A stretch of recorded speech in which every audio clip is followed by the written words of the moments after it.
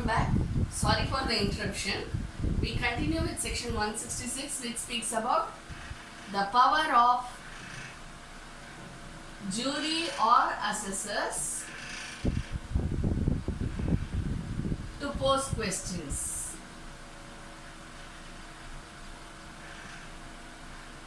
Jury or assessors have the power to pose questions to whom? To witnesses. Okay? But from where do they derive this power? They derive the power from the court. When the court directs the assessors to ask questions. Now we don't have the concept of jury, but when this act was there, the concept of jury was still existing. Okay, now we don't have the concept of jury.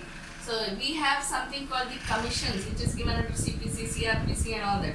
So you should remember that and take this section to the commissions. Okay. Now, direction of the court. Under the direction of the court, the jury or the assessors may put forth questions. And such questions and the answers which witnesses give shall be deemed to be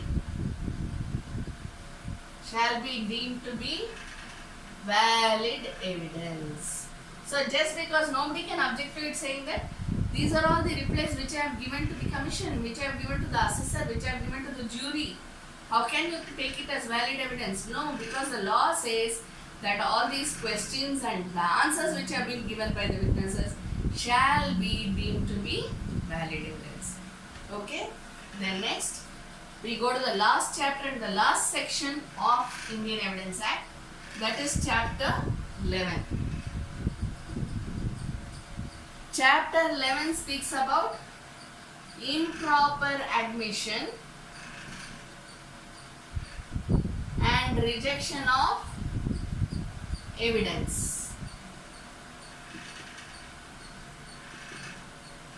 Where the court does not, where the court rejects the evidence and there has been an improper admission. Improper admission means what? Mere technicality, right?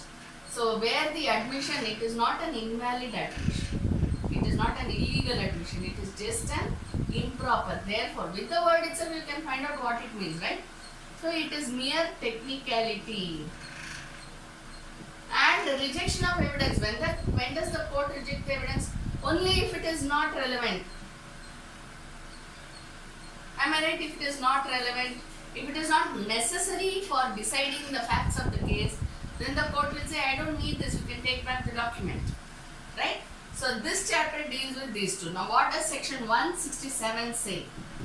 There shall be no new trial. For what?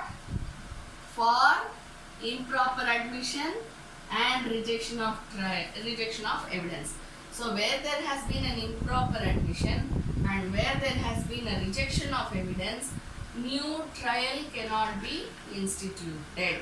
That new trial means what? No new trial. There cannot be a revision. There cannot be an appeal. Just because there has been an improper admission or there has been a rejection of evidence. On these two grounds, there cannot be a new trial. Okay? With this, we complete the Indian Evidence Act. Thank you.